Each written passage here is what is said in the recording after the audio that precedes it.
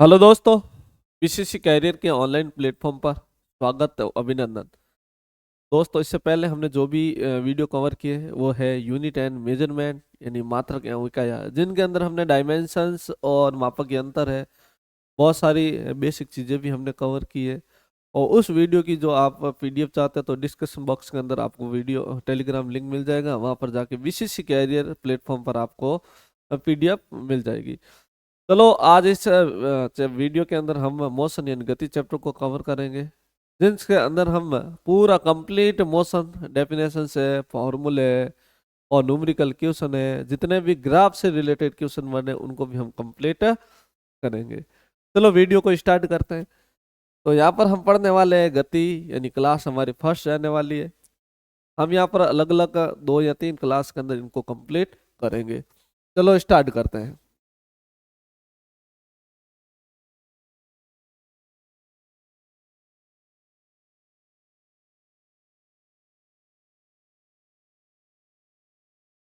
बात कर रहे हैं गति की। गति क्या है, यानी बात करें मोशन। मोशन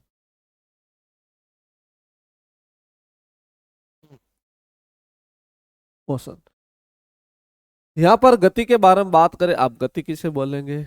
यानी यानी किसी स्थिति में परिवर्तन समय के सापेक्ष, यानी समय के साथ में आप अपनी स्थिति चेंज कर रहे हो तो वो आपकी गति कहलाएगी।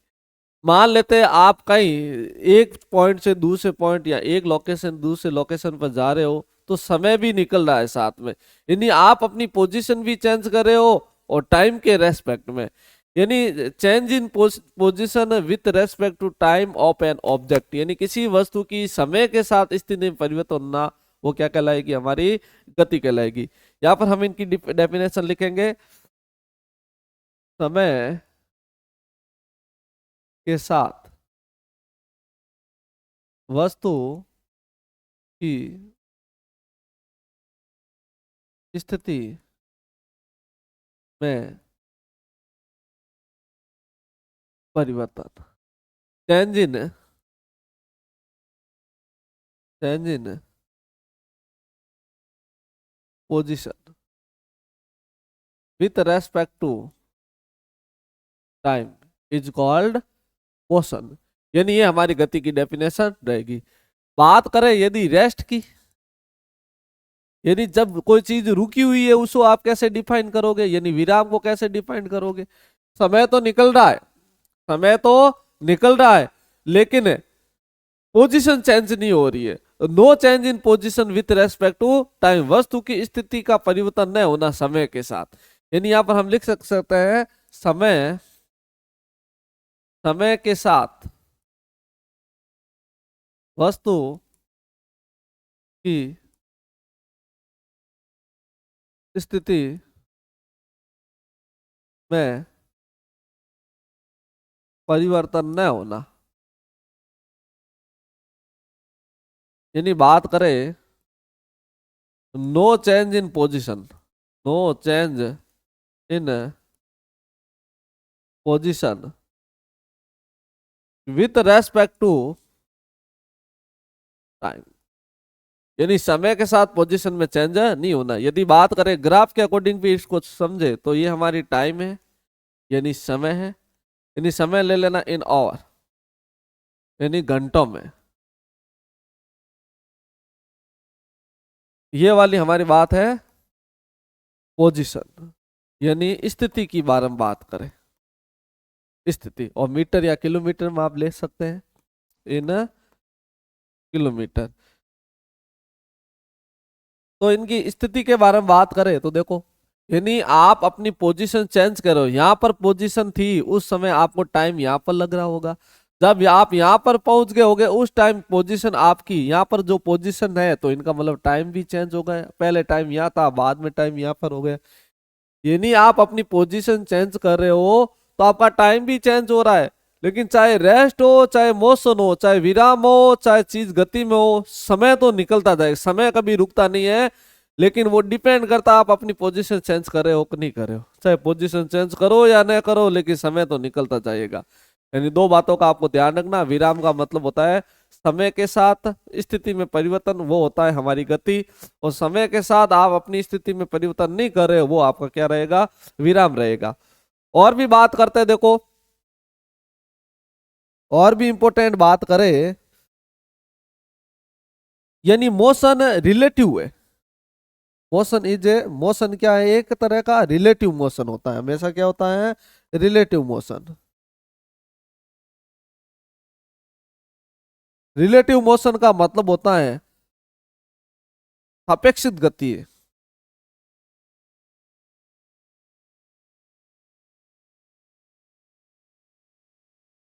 एक तरह की ये एक सापेक्षित गति है। सापेक्षित गति का मतलब क्या होता है कि आप यदि गति को डिफाइन करना चाहते हो या परिभाषित करना चाहते हो तो दूसरे निकाय पे जाना पड़ेगा। बात करते हैं निकाय क्या होता है। निकाय का मतलब होता है एक आप इस तरीके से बंद सिस्टम को मान ले, जैसे आप मैं यहाँ स्टूडियो में खड़ा हूं तो मेरे लिए एक रूम एक निकाय है। इसी तरह से रूम का निकाय कौन हुआ या रूम का सिस्टम कौन हुआ, ये एक तरह की बिल्डिंग हुई। यानी इसी तरह से आप भी एक निकाय के अंदर हो, जैसे कि अर्थ हमारे लिए एक निकाय है, पृथ्वी हमारे लिए एक निकाय यानी सिस्टम है। यदि आप किसी चीज की गति को देखना चाहते हैं तो उस निकाय से अलग होना पड़ेगा, तभी आप गति को समझ पाओगे। यानी फॉर एग्जाम्पल जैसे कि आप किसी ट्रेन के अंदर दो लोग बैठे ट्रेन के अंदर, तो एक यदि आपके पास कोई दूसरा व्यक्ति बैठा है, उस व्यक्ति की यदि आप गति पहचानना चाहते हो, आइडेंटिफाई करना चाहते हो, तो आपको उस लोकेशन से हटना पड़ेगा, उस निकाय से हटना पड़ेगा, या बस से बाहर वाले सिस्टम यानी निकाय को देखना पड़ेगा। यानी बस से बाहर वाला जो वो अलग निकाय है। यानी कोई व्यक्ति बाहर से चल रहा है कि नहीं चल रहा है वो आपको पता चल जाएगा कि बस कितनी स्पीड से चल रही। अचानक से कोई पोल या खंभा पूरी स्पीड से पीछे रह गया तो आप आइडिया लगाओ कि हमारी बस है वो फास्ट चल रही है। इसी तरह से जो हमारी अर्थ चल रही है वो अर्थ अपने खुद के अक्ष पर भी चल रही है और सूर्य के चारों ओर भी चल रही है। यानी जो अर्थ चल रही है वो अर्थ का मोशन देखना चाहते हो तो आप अर्थ के ऊपर तो देख नहीं पाओगे, क्योंकि पृथ्वी भी घूम रही है, आप भी घूम रहे हो, क्योंकि दोनों का सिस्टम या निकाय एक ही है। यदि आपको अर्थ को घूमते हुए देखना चाहते हो तो आपको मून या चंद्रमा पे जाना पड़ेगा, वहां से आप टेलीस्कोप की हेल्प से देखो। आप टेलीस्कोप की हेल्प से देखोगे तो आपको अर्थ घूमती हुई नजर आएगी और उसके ऊपर जितने भी ऑब्जेक्ट या वस्तु है वो भी घूमेगी, क्योंकि उस सिस्टम से या उस निकाय से आप अलग हो गए, तभी आप गति को देख पाओगे। यानी कहीं ना कहीं गति को आपको रिलेट करवाना पड़ेगा, तभी आपको गति के बारे में पहचान कर पाओगे, वरना गति के बारे में पहचान नहीं कर पाओगे। ये बात ध्यान रखना। तो यहाँ पर हमने गति के बारे में पढ़ा, समय के साथ वस्तु में परिवर्तन, change in position, no change in position, और एक तरह की क्या ये रिलेटिव मोशन या सापेक्षित गति है। चलो आगे बढ़ते हैं, बात करते हैं type of motion. Type of motion on the basis, यानी अदा देखो, यानी कहना मतलब गति के प्रकार देखेंगे। गति के प्रकार अलग अलग आधार के ऊपर चेक करेंगे, ठीक है ना। गति अलग अलग पथ पर अलग अलग होती है, तल के आधार पर बात करेंगे, पथ के आधार पर बात करेंगे और समय अंतराल के आधार पर बात करेंगे। तो यहाँ पर गति अलग अलग टाइप की रहेगी। सबसे पहले हम बात करेंगे तल,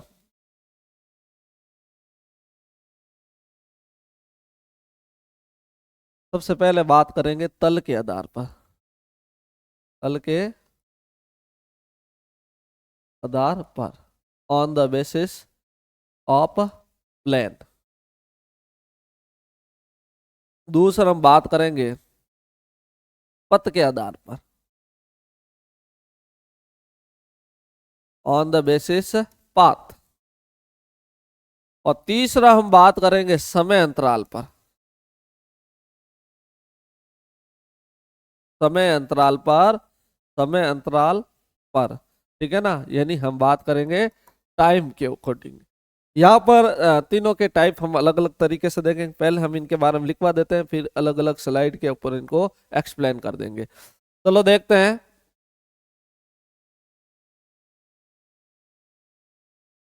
यहाँ पर ये ले लेते हैं,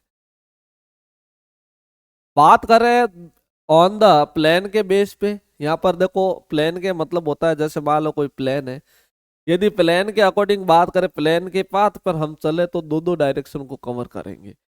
प्लेन के अंदर बात कर, जैसे मेरे पास जैसे हाथ की बात कर रहे हैं, ये प्लेन है, इस प्लेन के अंदर हम दो बात कर सकते हैं, देखो इस तरीके से, यानी ये दोनों आगे भी जा सकते हैं और इसके ऊपर भी जा सकते हैं। यहाँ पर बात करें तो यहाँ पर तीन तरीके से हम बात करेंगे, यानी एक विमीय, द्विविमीय और त्रिविमीय।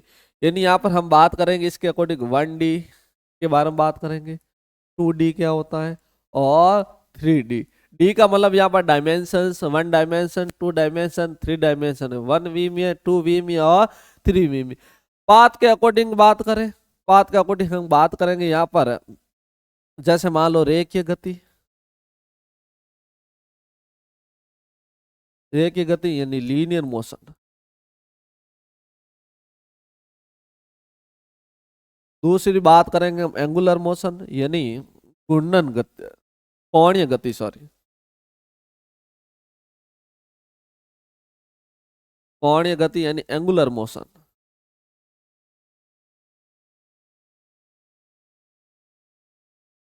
और भी बात करेंगे हम घूर्णन गति,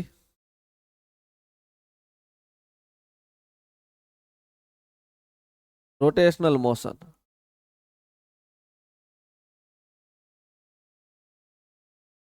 ये सारी चीजें पथ के अकॉर्डिंग, वर्तीय गति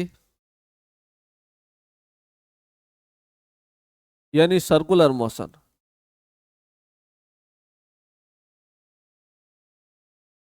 यानी वर्तीय गति। आगे बात करें यदि टाइम के बेस पे, टाइम के बेस में एक होती है अनावर्त गति, अनावर्त गति यानी non periodic motion, non periodic motion. और बात करेंगे हम आवर्त गति यानी पीरियोडिक मोशन।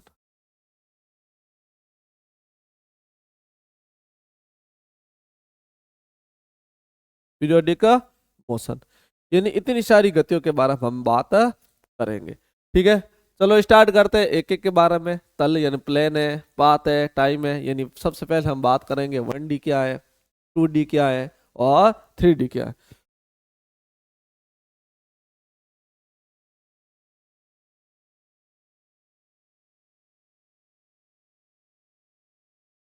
सबसे पहले हम बात करेंगे 1D। 1D का मतलब यहाँ पर 1 डायमेंशन यानी एक विमीय गति।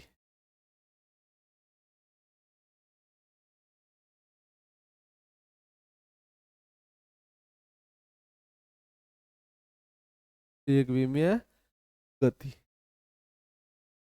ये क्या होता देखते हैं। एक विमीय गति ऐसी गति, ऐसी गति जो एक दिशा में हो,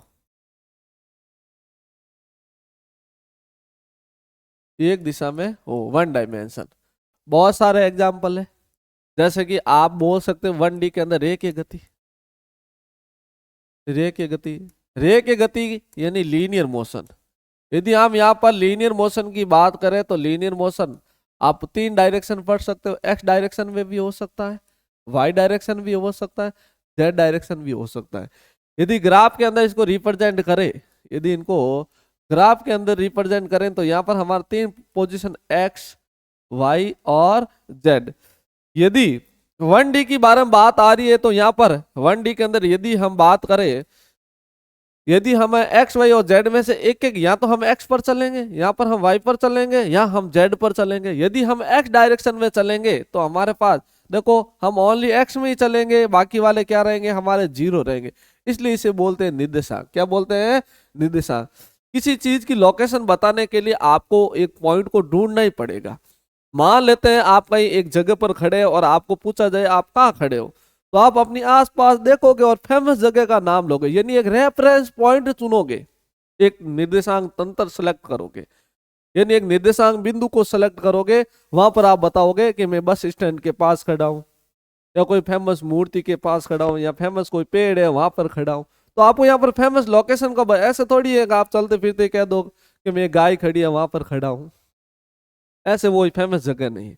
तो यहाँ पर वही है, एक तरह के लोकेशन बताइए आपने कि आप ओरिजिन से, ये ओरिजिन है यानी मूल बिंदु है, और जिनके कोऑर्डिनेट 0,0,0 होता है, तो आपका जो आप है ना, या ओरिजिन से हर चीज को बताओगे। आप ओरिजिन से एक्स डायरेक्शन में कितने दूर हो, न तो आप वाई की ओर जा रहे हो न आप जेड की ओर जा रहे हो, ओनली फॉर आप एक्स की डायरेक्शन जा रहे हो तो एक्स कॉमा जीरो रिप्रेजेंट करोगे। यदि आप वाई में जा रहे हो तो क्या लिखोगे,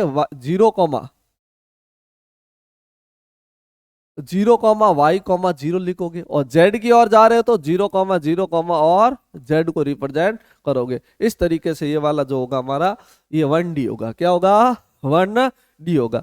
बात करें सेकंड, बात करें सेकंड, सेकंड यानी 2D के बारे में बात करें। 2D का मतलब होता है टू डायमेंशन। टू डायमेंशन का मतलब विविमीय। विविमीय का मतलब होता है दो दो डायरेक्शन। विविमीय का मतलब होता है दो दो डायरेक्शन। ऐसी ऐसी ऐसी गति जिनके पास दो दिशा का ज्ञान हो या दो दिशा हो, जैसे एक्स वाई में गति। जैसे मान लो कोई, ये एक्स है और ये क्या है, वाई है।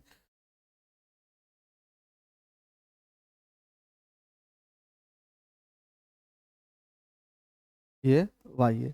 यदि इस पॉइंट पे बताओ, मान लेते आप इधर 2 गए और इधर 3 गए, तो इनको कैसे रिप्रेजेंट करोगे, इनको कैसे रिप्रेजेंट करोगे। आप एक्स की ओर 2 गए और वाई की ओर कितने गए, 3 गए, यानी दोनों डायरेक्शन को कवर किया। कितने डायरेक्शन को, दोनों डायरेक्शन को कवर किया। या आप प्रक्षेपीय गति या प्रोजेक्टाइल मोशन की बात करें, किसी पत्थर को ऊपर की ओर फेंकना, तो वो ऊपर भी जाएगा और ऐसे लेंथ को भी कवर करेगा। यानी ये वाली लेंथ कौन सी हो गई, एक्स हो गई, और ऊपर वाली कौन सी हो गई, वाई। यानी एक्स और वाई दोनों डायरेक्शन को क्या करेगा, कवर करेगा। ठीक है। और भी बात करें, और भी बात करें, जैसे इनके एग्जाम्पल तो बहुत है। जैसे मैंने बता देता हूँ, प्रेक्षेपीय गति। प्रेक्षेपीय गति इसके क्या है, एग्जाम्पल है। प्रेक्षेपीय गति की बात करें, ये 2D के अंदर, ये किसके अंदर आती है, 2D के अंदर आती है। यहाँ कोई चीज को, पत्थर को ऊपर की ओर फेंकना, वो भी एक। यहाँ पर तो ये वाला जो मुक्त के अंदर, ये वाला 1D के अंदर, 1D का मतलब एक ही डायरेक्शन होगी, और 2D के अंदर दो दो डायरेक्शन को हमको कवर करवाना पड़ेगा। वो होगी हमेशा द्विविमीय गति। बात करें यदि अगला सेकंड की, थर्ड की बात करें, 3D। 3D को इंग्लिश में बोलते हैं 3 डायमेंशन। 3 डायमेंशन, त्रिविमीय गति।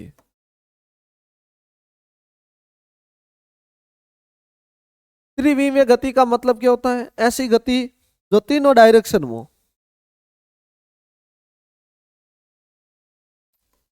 ऐसी गति जो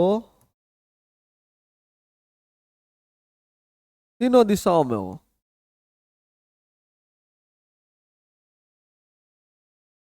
तीनों दिशाओं में हो, उसे क्या बोलेंगे हम, त्रिविमीय 3D बोलेंगे। इनके एग्जाम्पल, एग्जाम्पल क्या रहेंगे, जैसे कि पक्षी का उड़ना।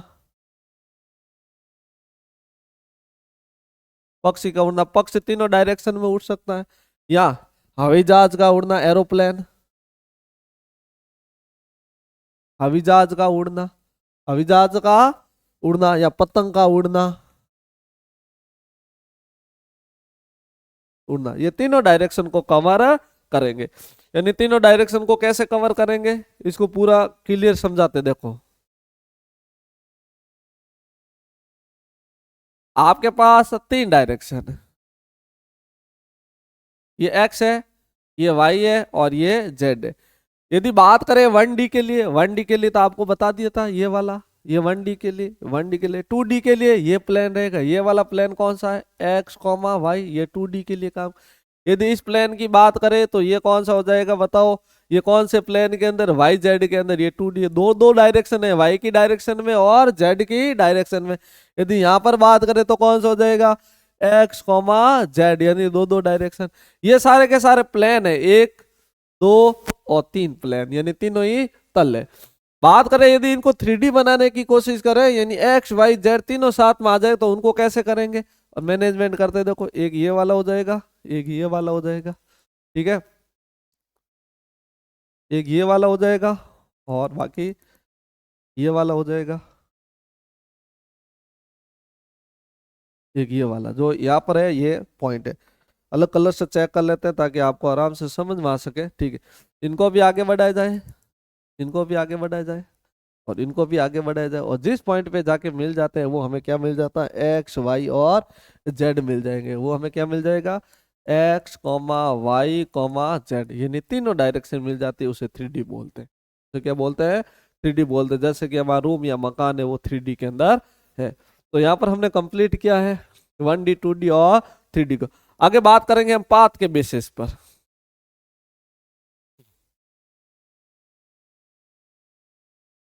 पथ के आधार पर,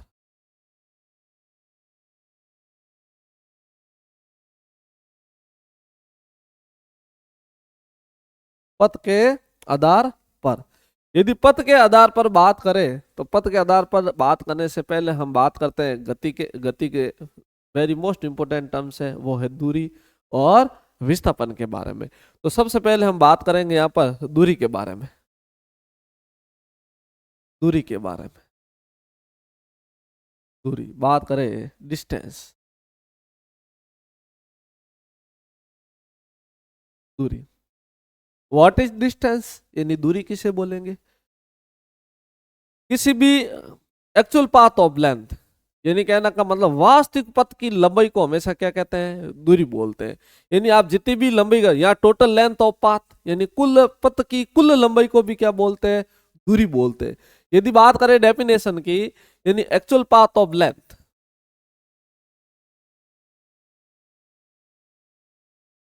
एक्चुअल पाथ ऑफ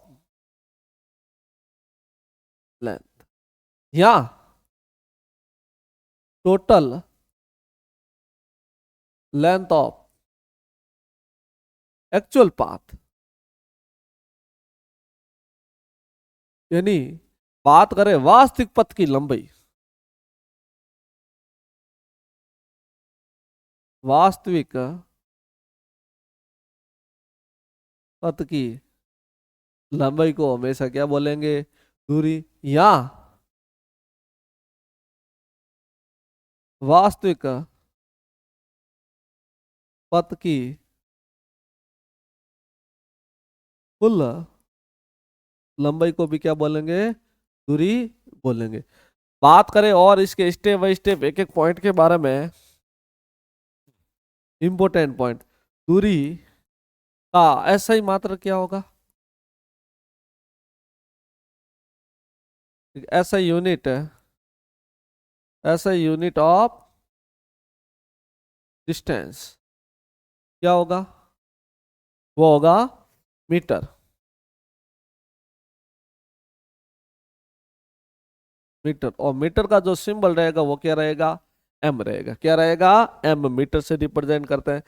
वैसे तो अलग अलग होगा, जैसे मीटर को हम सेंटीमीटर में, और सेंटीमीटर को हम चाहे तो फुट के अंदर भी या फीट के अंदर भी रिप्रेजेंट कर सकते हैं। चलो आगे बढ़ते हैं, और भी इंपॉर्टेंट पॉइंट इसके। ठीक है, दूरी, डिस्टेंस ऑलवेज पॉजिटिव, दूरी हमेशा क्या रहेगी, पॉजिटिव रहेगी, कभी नेगेटिव नहीं होगी, ये ध्यान रखना। जैसे मान लो आप कहीं पाथ पे चल रहे हो कि आपने कितना चला, कि 2 किलोमीटर 3 किलोमीटर, आप ऐसे कभी नहीं बोलोगे आज मैंने माइनस में चला गया, वो दूरी के अंदर या डिस्टेंस के अंदर नहीं होता है। ये बात करें दूरी, दूरी हमेशा धनात्मक होगी, दूरी हमेशा धनात्मक होगी, यानी डिस्टेंस इज ऑलवेज पॉजिटिव, दूरी हमेशा क्या रहेगी, धनात्मक रहेगी, कभी डज नॉट नेगेटिव, यानी कभी ऋणात्मक नहीं होगी। यदि दूरी की बात करें यहाँ पर, तो दूरी, दूरी हमेशा या तो जीरो कभी होगी नहीं, जीरो से हमेशा क्या रहेगी, ये दूरी बड़ी रहेगी। ये बात रहती है दूरी। और भी बात करें दूरी के बारे में, यह एक अदिश राशि है। कैसी राशि है, एक अदिश राशि है। अदिश राशि किसे बोलते हैं, हमने पीछे प्रीवियस वीडियो के अंदर हमने पढ़ा है। यानी दूरी अदिश राशि है, it is a it is a scalar quantity.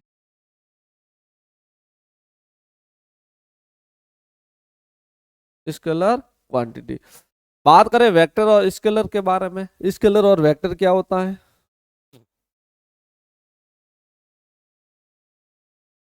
देखो यहाँ पर हमने बात की थी स्केलर और वेक्टर के बारे में, क्या होता है। स्केलर किसे बोलते हैं, यानी अदिश किसे बोलते हैं? जिनके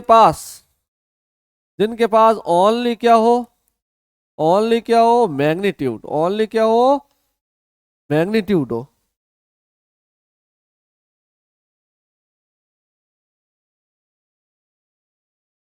ओनली, ओनली मैग्नीट्यूड हो, केवल क्या हो, परिणाम हो, केवल परिमाण हो।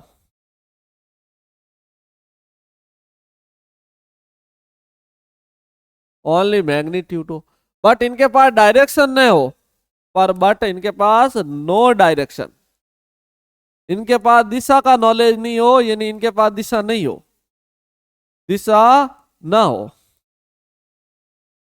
ना हो कैसे? जैसे मान लो आप पहले 5 किलोमीटर कहीं गए, फिर 4-5 किलोमीटर कहीं इधर चले गए, यानी आप बार बार चलते टाइम डायरेक्शन चेंज कर रहे हो, यानी आपके पास डायरेक्शन है ही नहीं। हाँ, आपके पास मैग्नीट्यूड है, आप पहले 5 गए होगे, बाद में 3 किलोमीटर गए होगे, बाद में 10 किलोमीटर गए होगे। आपके पास मैग्नीट्यूड तो है, बट डायरेक्शन नहीं होने की वजह से डिस्टेंस को हम क्या बोलेंगे, स्केलर क्वांटिटी, अदिश राशि बोलेंगे। लगे हाथ, इनको भी समझा देते हैं कि वेक्टर क्या होता है। वेक्टर, वेक्टर का मतलब होता है सदिश राशि। क्या होता है? सदिश राशि। और सदिश किसे बोलते हैं? जिनके पास दोनों हो, जिनके पास मैग्नीट्यूड भी हो और प्लस, मैग्नीट्यूड का मतलब परिमाण, परिमाण भी हो, और प्लस क्या हो साथ में, इनके पास डायरेक्शन भी हो, यानी दिशा का भी ज्ञान हो, उसे हम क्या बोलेंगे, वेक्टर बोलेंगे। वेक्टर बहुत सारे होते हैं, जैसे फोर्स है, बल, जिस डायरेक्शन में हम बल लगाते हैं चीज उसी डायरेक्शन में जाती है। ऐसा नहीं मैंने बल ऐसे लगाया ऑब्जेक्ट ऊपर चला गया, तिरछा चला गया, नहीं, जिस डायरेक्शन में फोर्स लगाएंगे ऑब्जेक्ट उसी डायरेक्शन में जाएगा, इनका मतलब वो हमेशा वेक्टर क्वांटिटी होगी।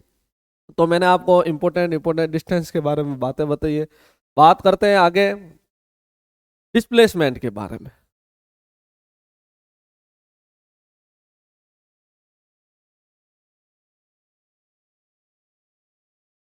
डिस्प्लेसमेंट यानी बात करें विस्थापन के बारे में, तो देखो दोस्तों, विस्थापन क्या होता है, वेरी मोस्ट इंपॉर्टेंट पोर्शन है विस्थापन को समझने के लिए। तो विस्थापन और दूरी का मतलब क्या रहता है? सबसे ज्यादा कंफ्यूजन ये रहता है, विस्थापन और दूरी का मतलब क्या रहता है। दूरी के अंदर बार बार, दूरी डिस्टेंस हमेशा पथ पे डिपेंड करती है, पाथ पे डिपेंड करती है, लेकिन डिस्प्लेसमेंट डिपेंड करता है इनिशियल पोजीशन और फाइनल पोजीशन। मान लेते हैं एक बहुत शानदार एग्जांपल की हेल्प से लेके आपको समझा रहे, डायरेक्ट एग्जांपल लेते हैं। मान लो आप कहीं ए से स्टार्ट हुए हो और कहाँ गए आप, बी पॉइंट पे। कहाँ पर गए, बी पॉइंट पे। फिर आप बी से कहाँ चले गए भाई, पॉइंट सी पर। यानी कहने का मतलब आपकी ये वाली पोजीशन कौन सी है, इनिशियल पोजीशन। कौन सी पोजीशन है, इनिशियल पोजीशन है, इनिशियल पॉइंट है आपका। यानी बात करें ये प्रारंभिक बिंदु है आपका, ठीक है। और ये वाला कौन सा पॉइंट है आपका, फाइनल पॉइंट है, यानी बात करें अंतिम बिंदु है, अंतिम बिंदु। अब बात आ गई इनकी डेफिनेशन की। अब बात करें दूरी के बारे में, बात करें इनकी दूरी कौन सी होगी।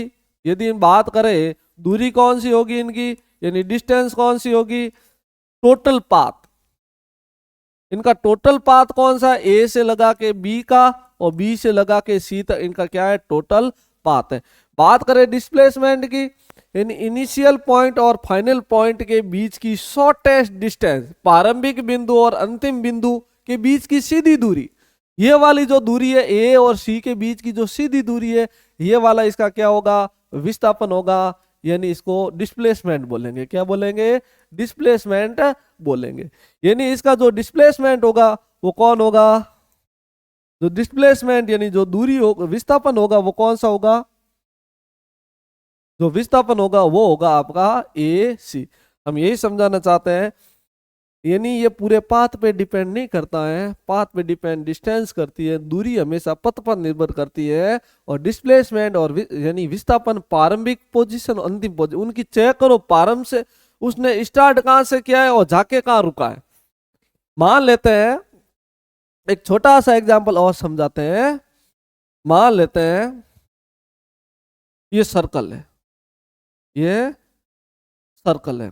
आपको किसी ने बोला जलेबी लाने को कि भाई जाओ जलेबी लेके आओ, यानी आपको जलेबी लेने के लिए बोला गया तो उसको आपने डिस्प्लेसमेंट बता दिया कि भाई जलेबी लेके जा, और हमारी जो दुकान है वो यहाँ से 10 मीटर डिस्प्लेस है। अब 10 मीटर डिस्प्लेस का मतलब यदि उनको डेफिनेशन आती है तो वो आराम से चला जाएगा, वरना वो डिस्टेंस ट्रेवल करके डिस्प्लेसमेंट निकालेगा। वो यहाँ से गया, मान लो इनका मकान यहाँ पर है, मकान मकान है जो यहाँ पर बना हुआ है, वो यहाँ से स्टार्ट हुआ, यानी सबसे पहले वो सर्कल के पास गया होगा, यहाँ से सर्कल के पास गया होगा। ठीक है, सर्कल शुरुआत कहाँ से की है भाई, मान लेते हैं ये शुरुआत की है इसने ए पॉइंट से, या ए पॉइंट ना लेके किसी का नाम दे देते हैं, यानी मान लेते हैं, यानी पूजा भवन बोल देते हैं, पूजा भवन इस मकान का नाम है, पूजा भवन।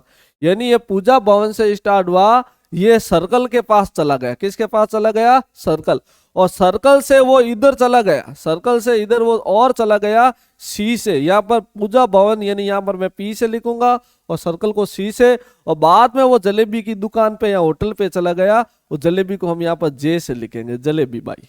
ठीक है ना, लेकिन इसको शुरुआत कहाँ की और लास्ट में कहा गया, शुरुआत की वो पूजा भवन से और सर्कल के बाद जलेबी वाली दुकान पे पहुंच गए, वो हमारा कौन सा अंतिम पॉइंट है।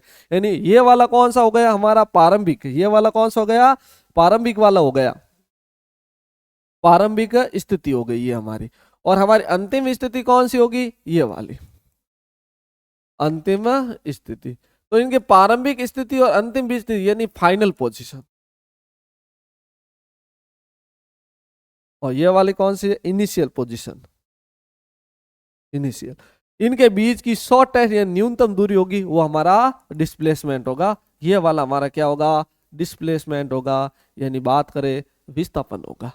तो विस्थापन की आप अच्छे से समझ गए होंगे, और इनकी डेफिनेशन से फॉर्मूला है और इनकी इंपॉर्टेंट बातें हैं वो मैं यहाँ पर लिख रहा, मैंने अभी तक एग्जाम्पल हेल्प से आपको समझाने की कोशिश की है। यदि और भी एक बात है, यदि ये जलेबी लेके वापस उसी पॉइंट पे वापस आ जाए तो अब इनके बीच की प्रारंभिक स्थिति और अंतिम स्थिति गायब हो गई, इनकी यानी जहां था वहीं आ गए, इनके बीच की डिस्टेंस गायब है, यानी दूरी है नहीं, डिस्प्लेसमेंट है ही नहीं।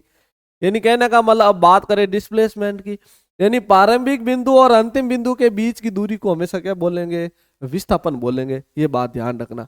चलो आगे बात करते हैं, डेफिनेशन के बारे में बात करें इनकी।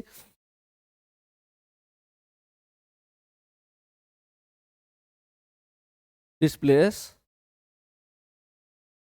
यानी बात करें विस्थापन की,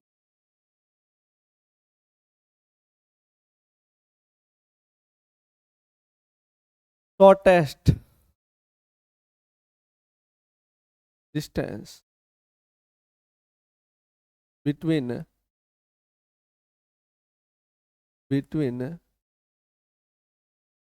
initial position and final position, initial position and final position of object is called displacement. बात करें हिंदी लैंग्वेज के अंदर, प्रारंभिक बिंदु या प्रारंभिक स्थिति, प्रारंभिक बिंदु व अंतिम बिंदु के बीच की दूरी को विस्थापन कहते हैं। यदि बात करें इंपॉर्टेंट बात, इनकी इंपॉर्टेंट बातें मैं यहाँ लिखा रहा हूँ, इंपॉर्टेंट बात क्या क्या है, सबसे पहले सबसे जो पहला पॉइंट रहेगा वो रहेगा एसआई यूनिट। एसआई यूनिट यानी मात्रक। इनका मात्रक जो डिस्टेंस का मात्रक या यूनिट थी वो सेम रहेगी, वो रहेगी मीटर यानी एम। ठीक है। एक और बात थी, इनके अंदर डायमेंशन लिखवा देते हैं। डायमेंशन क्या है भाई इसकी, हमने पीछे पढ़ चुके हैं, तो इनकी डायमेंशन भी साथ में लिख ही देते हैं। यानी विमा क्या होती है डिस्टेंस की, क्या होती है भाई, डायमेंशन ये मीटर है। और मीटर का जो फंडामेंटल यूनिट थी, हमने जो 7 पढ़ी थी मूल राशियां, 7 के अंदर एक मीटर या दूरी के बारे में बात की। और लेंथ, मीटर को लेंथ और लेंथ के जो डायमेंशन उनको हम किससे रिप्रेजेंट करते हैं, एल से रिप्रेजेंट करते हैं। बाकी जीरो एम जीरो है, एल यहाँ पर 1 है, एल यहाँ पर कितनी है 1 है। टाइम है नहीं, टाइम भी क्या है 0 है, यानी मीटर है। यदि बात करें इनकी डायमेंशन की, डायमेंशन का मतलब यहाँ पर हम विमा के बारे में बात करें तो वो भी रहेगी इसकी L1। ठीक है। और बात करें, एक बात है यहाँ पर, ये डिस्प्लेसमेंट है, नेगेटिव भी हो सकता है, जीरो भी हो सकता है, और पॉजिटिव भी हो सकता है। यानी तीनों हो सकते, नेगेटिव पॉजिटिव एंड जीरो। इनका एक एक मैं एग्जांपल लेके आपको समझा रहा हूँ। ठीक है। It is it is can be, it is can be negative positive and zero. यह यह ऋणात्मक, धनात्मक और शून्य हो सकता है, शून्य हो सकता है। देखो कैसे कैसे हो सकता है, इनको हम एक्सप्लेन तरीके से समझते हैं। देखो कैसे, हम कैसे एग्जाम्पल लेते हैं। जैसे मान लो, जैसे मान लेते हैं राधा, बात करें हम राधा की। राधा पहले ए पॉइंट से बी पॉइंट जाती है, ए पॉइंट से बी पॉइंट जाती है 3 किलोमीटर। मान ले राधा ए पॉइंट से बी पॉइंट 3 किलोमीटर जाती है। फिर बी से सी जाती है, बी से सी पॉइंट पे जाती है 4 किलोमीटर। तो टोटल डिस्टेंस कितनी हुई, दोनों में यहाँ पर साथ में बात, डिस्टेंस का मतलब दूरी की बात करें हम, टोटल दूरी कितनी हो गई, ए से बी और बी से सी, तो टोटल कितनी हो गई 3 + 4 बराबर 7 किलोमीटर उनकी डिस्टेंस हो गई। ये कैसी वैल्यू है, आपके पास पॉजिटिव वैल्यू आई। इसी तरह हम बात करें डिस्प्लेसमेंट की। डिस्प्लेसमेंट का मतलब होता है यहाँ पर विस्थापन के बारे में बात करें, यानी short and distance between initial point and final point, प्रारंभिक बिंदु और अंतिम बिंदु। प्रारंभिक बिंदु इनका ए है और अंतिम बिंदु इनका सी है। इनके बीच की सीधी दूरी यानी ए बी और बी सी वो कितनी हो गई 3 AB है और बी सी है जो 4 है, ओवरऑल 7 किलोमीटर। यानी इस पॉइंट पर हमें दूरी और विस्थापन यानी डिस्टेंस और डिस्प्लेसमेंट हमें क्या मिला है, सेम मिला है। यानी हम इसको ऐसा लिख सकते हैं, कहीं ना कहीं कंडीशन में डिस्टेंस और डिस्प्लेसमेंट हमें क्या मिल रहे हैं, यहाँ पर सेम मिल रहे हैं। ये भी बात एकदम फैक्ट है, very very most important point है। आगे बात करें एग्जाम्पल नंबर ये फर्स्ट और एग्जाम्पल नंबर सेकंड की बात करें। वही राधा, वही राधा पहले यहाँ से 3 किलोमीटर जाती है ए पॉइंट से बी पॉइंट पर, और फिर बाद में वो मुड़ जाती है और बी से सी पॉइंट तक चली जाती है 4 किलोमीटर। कितने किलोमीटर चली जाती है, 4 किलोमीटर चली जाती है। इनकी डिस्टेंस बताओ, डिस्टेंस का मतलब इनकी दूरी बताओ, और दूरी तो वही रहेगी, पहले ए से बी गई फिर बाद में बी से सी गई। ए से बी तक इनकी कितनी हो गई 3 किलोमीटर हो गई और बी से सी 4 किलोमीटर हो गई, ओवरऑल 7 किलोमीटर इनकी डिस्टेंस हो गई। यानी डिस्टेंस चेंज नहीं हो रही है, बार बार डायरेक्शन चेंज करने की वजह से डिस्टेंस चेंज नहीं हो रही। तभी तो कह रहे हैं भाई दूरी है ना वो डिस्टेंस पे, डिस्टेंस से कोई लेना देना दूरी को मतलब ही नहीं है, तभी तो इसको स्केलर क्वांटिटी या अदिश राशि बोला है। लेकिन डिस्प्लेसमेंट के ऊपर फर्क पड़ रहा है कि नहीं पड़ रहा है वो हम चेक कर लेते हैं। यहाँ पर बात करते हैं, ये वाली प्रारंभिक बिंदु है और ये वाली अंतिम बिंदु है। ये ए से गया और ये राधा सी पर जाके रुक गई, तो इनका ये शॉर्टेस्ट डिस्टेंस है ये वाला इसका क्या होगा, विस्थापन होगा। क्या होगा, विस्थापन होगा। अब इसको विस्थापन को कैसे निकालेंगे, आपको मालूम है ये कितना डिग्री है 90 डिग्री है, और 90 डिग्री एंगल है, तो यहाँ पर हम लगाएंगे पाइथागोरस प्रमेय। क्या लगाएंगे, पाइथागोरस प्रमेय या पाइथागोरस थ्योरम, पाइथागोरस प्रमेय।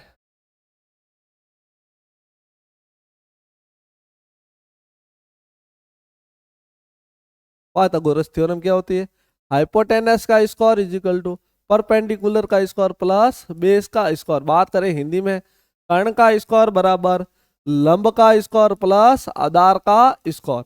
अब देखो दोस्तों, यहाँ पर पाइथागोरस थ्योरम हमेशा 90 डिग्री एंगल, यानी जब भी किसी त्रिभुज के अंदर 90 डिग्री कोण है तो आप पाइथागोरस थ्योरम या पाइथागोरस प्रमेय का यूज कर सकते हैं, वरना पाइथागोरस प्रमेय का यूज नहीं कर सकते। यहाँ पर 90 डिग्री एंगल है, ये राधा पहले ए से बी गई, फिर बी से सी, यानी 90 डिग्री एंगल पे मुड़ के चली गई। बात करें अब यहाँ पर जो हमारा विस्थापन है वो कर्ण का काम कर रहा है, थोड़ा पहचान करनी पड़ेगी। जो 4 किलोमीटर ये तो लंब का काम कर रहा है, और यहाँ पर जो 3 किलोमीटर है ये किसका काम कर रहा है, आधार का काम कर रहा है या बेस का काम कर रहा है। यहाँ पर आधार का काम कर रहा है, तो हमें विस्थापन निकालना है, यानी एसी निकालना है। कर्ण कौन है, एसी का स्क्वायर बराबर यहाँ पर लंब का काम कौन कर रहा है, बीसी का स्क्वायर प्लस आधार का काम कौन कर रहा है, यहाँ पर ए बी का स्क्वायर कर रहा है। बताओ एसी का स्क्वायर का काम कर रहा है वो विस्थापन है, कौन है, विस्थापन का स्क्वायर। और बीसी है वो कितना है, 4 किलोमीटर, 4 का स्क्वायर प्लस, और ए बी कितना है, यहाँ पर ए बी है वो कितना है, 3 का स्क्वायर। तो सॉल्व करते हैं, विस्थापन का स्क्वायर इज इक्वल टू 4 का स्क्वायर 16 होता है, 16 होता है, 3 का स्क्वायर 3 का स्क्वायर वो 9 होता है या 9 होता है। दोनों को ऐड करते हैं दोस्तों, कितना होगा, 25 या 25 होगा। और आपको मालूम स्क्वायर हटने पर और सामने वाले वैल्यू के ऊपर क्या लग जाता है, एक रूट लग जाता है। ये 25 किसका है, ये 25 है वो किसका है, 5 का है, किसका है, प्लस माइनस यहाँ पर हम क्या लिख सकते हैं, 5 लिख सकते हैं। लेकिन यहाँ पर वैल्यू आगे बढ़ी है, इसलिए यहाँ पर हमारा जो फाइनल विस्थापन होगा वो प्लस का 5 होगा। कितना होगा, प्लस का 5 किलोमीटर होगा।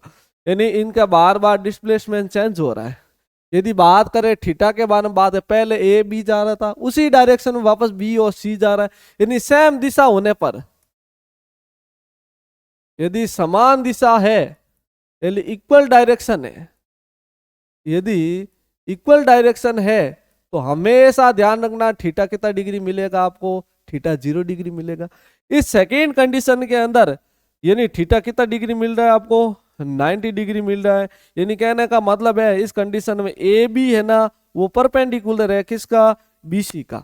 यानी जैसे जैसे एंगल चेंज हो रहे, कोण चेंज हो रहे, 0 डिग्री था, 90 डिग्री था, आगे जो भी हम पढ़ेंगे 180 180 डिग्री पढ़ेंगे, तो यहाँ पर विस्थापन बार बार चेंज हो रहा है। यानी डायरेक्शन थीटा के अकॉर्डिंग चेंज हो रही है, लेकिन डिस्प्लेसमेंट में यहाँ पर कोई फर्क नहीं पड़ रहा है। बात करें तीसरा एग्जाम्पल,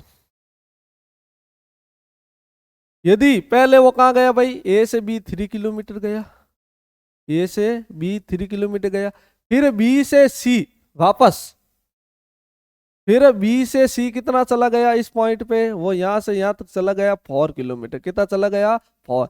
यानी इसका एंगल की बात करें तो एंगल कितना होगा, 180 डिग्री एंगल पे उसने टर्न लिया है, राधा ने 180 डिग्री पे वो क्या हो गई है, घूम गई है। बात करें जैसे मान लो अभी हमने पढ़ा था भाई डिस्प्लेसमेंट कितना होगा, डिस्प्लेसमेंट कितना होगा, सॉरी दूरी कितनी होगी, पहले दूरी निकाल देते हैं इनकी। दूरी का मतलब यहाँ पर इनकी डिस्टेंस निकालो, डिस्टेंस कितनी होगी भाई, प्रारंभिक डिस्टेंस टोटल पाथ जोड़ो, पहले वो 3 गया, बाद में वो 4 गए, ओवरऑल कितना किलोमीटर चला गया, 7 किलोमीटर। यानी डिस्टेंस पे कोई फर्क नहीं पड़ा, ये ध्यान रखना। और पीछे बात करें यहाँ पर कौन ज्यादा है भाई, दूरी ज्यादा है, यहाँ पर कौन ज्यादा है, दूरी ज्यादा है, यहाँ पर दूरी ज्यादा है, किससे, दूरी ज्यादा है किससे, डिस्प्लेसमेंट या विस्थापन से है वो दूरी ज्यादा है। ये बात ध्यान रखना आपको, डिस्टेंस है वो ज्यादा है किससे, डिस्प्लेसमेंट से ज्यादा है। Very very most important. Equal भी हो सकती है, डिस्टेंस इक्वल रह सकती है, लेकिन डिस्टेंस कभी छोटी नहीं होगी डिस्प्लेसमेंट या विस्थापन से, ये बात कंफर्म कर लेना, ठीक है। बात करें डिस्प्लेसमेंट की, यानी बात करें यदि विस्थापन की, विस्थापन के बारे में बात करें, यदि पहले वो कितना गया 3 किलोमीटर, यानी इनिशियल पोजीशन, पहले कौन सी इनिशियल पोजीशन है, और बाद वाली कौन सी पोजीशन है, फाइनल पोजीशन, वो कौन सी है, सी। कौन सी है, सी। इनकी डायरेक्शन उल्टी है, पहले 3 बाद में 4। 3 की डायरेक्शन मान लेते हैं एक्स एक्सेस है और 4 है इधर। यदि हम ग्राफ के अंदर भी रिप्रेजेंट करना चाहे तो आपको मालूम ही होगा ये एक्स होता है, ये क्या होता है, एक्स डैश। इधर वाला हमेशा हम प्लस लेते हैं और इधर वाला हमेशा क्या लेते हैं, हम माइनस लेते हैं। इधर की ओर प्लस का 3, इधर की ओर माइनस का 4, ओवरऑल कितना बच गया, -1 किलोमीटर। यानी कहने का मतलब होता है माइनस या फिजिक्स के अंदर डायरेक्शन बता रहा है, बात को फिक्स कर लो। माइनस या प्लस आ जाए, प्लस का मतलब आगे बढ़ना, माइनस का मतलब पीछे जाना, ये फिजिक्स के अंदर है। यदि मैथ के अंदर प्लस माइनस का मतलब, प्लस का मतलब आपको प्रॉफिट होता है और माइनस का मतलब आपको लॉस हो रहा है। बात करें बायोलॉजी के अंदर, प्लस का मतलब जैसे मान लो आप पॉजिटिव कोरोना या नेगेटिव कोरोना, या केमिस्ट्री के अंदर प्लस माइनस का, सबके सब्जेक्ट के अंदर प्लस माइनस का मीन्स या मतलब अलग अलग होता है। केमिस्ट्री के अंदर प्लस का मतलब होता है डोनेट करना, और माइनस का मतलब क्या होता है, गेन करना यानी ग्रहण करना। ये बात ध्यान रखना। तो बात ओवरऑल बात हम यही कह सकते हैं, it is can be negative, positive and zero. विस्थापन नेगेटिव भी। चौथी बात देख लेते हैं, यदि कोई चीज इरादा ए से गई बी पर, बी से वापस उसी पॉइंट पे ए पे आ गई, तो ओवरऑल पहले 3 गई, बाद में भी 3, वापस आने में ये 3 किलोमीटर इधर गई, 3 किलोमीटर डिस्टेंस टोटल कितनी हो गई, 6 किलोमीटर। ए प्लस बी, बी प्लस सी। बात करें डिस्प्लेसमेंट, यानी डिस्प्लेसमेंट की बात कर, प्रारंभिक बिंदु वही है, अंतिम बिंदु वही है, तो इनके बीच में कोई जगह है नहीं, तो विस्थापन कितना होगा इनका, 0 होगा। विस्थापन कितना होगा, 0 होगा। इन तभी तो हम कह सकते हैं नेगेटिव भी हो सकता है और पॉजिटिव भी हो सकता है। ओवरऑल बात करें तो डिस्प्लेसमेंट डिस्टेंस होती है वो हमेशा या तो ज्यादा रहेगी या इक्वल रहेगी किसके, डिस्प्लेसमेंट के, यानी दूरी की। और यहाँ पर विस्थापन के बारे में बात करें, ये बात आपको ध्यान रखनी पड़ेगी।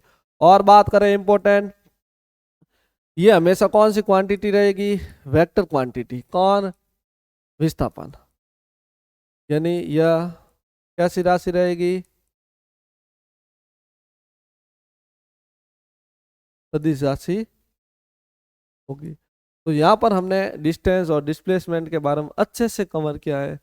तो दोस्तों वीडियो को यही होल्ड करते हैं और बार बार रिवीजन करना डिस्टेंस और डिस्प्लेसमेंट है। कल हम इससे रिलेटेड न्यूमेरिकल क्वेश्चंस और इनकी एक डिफरेंस बता देंगे टेबल, ताकि आपको याद करने में आसानी हो जाए।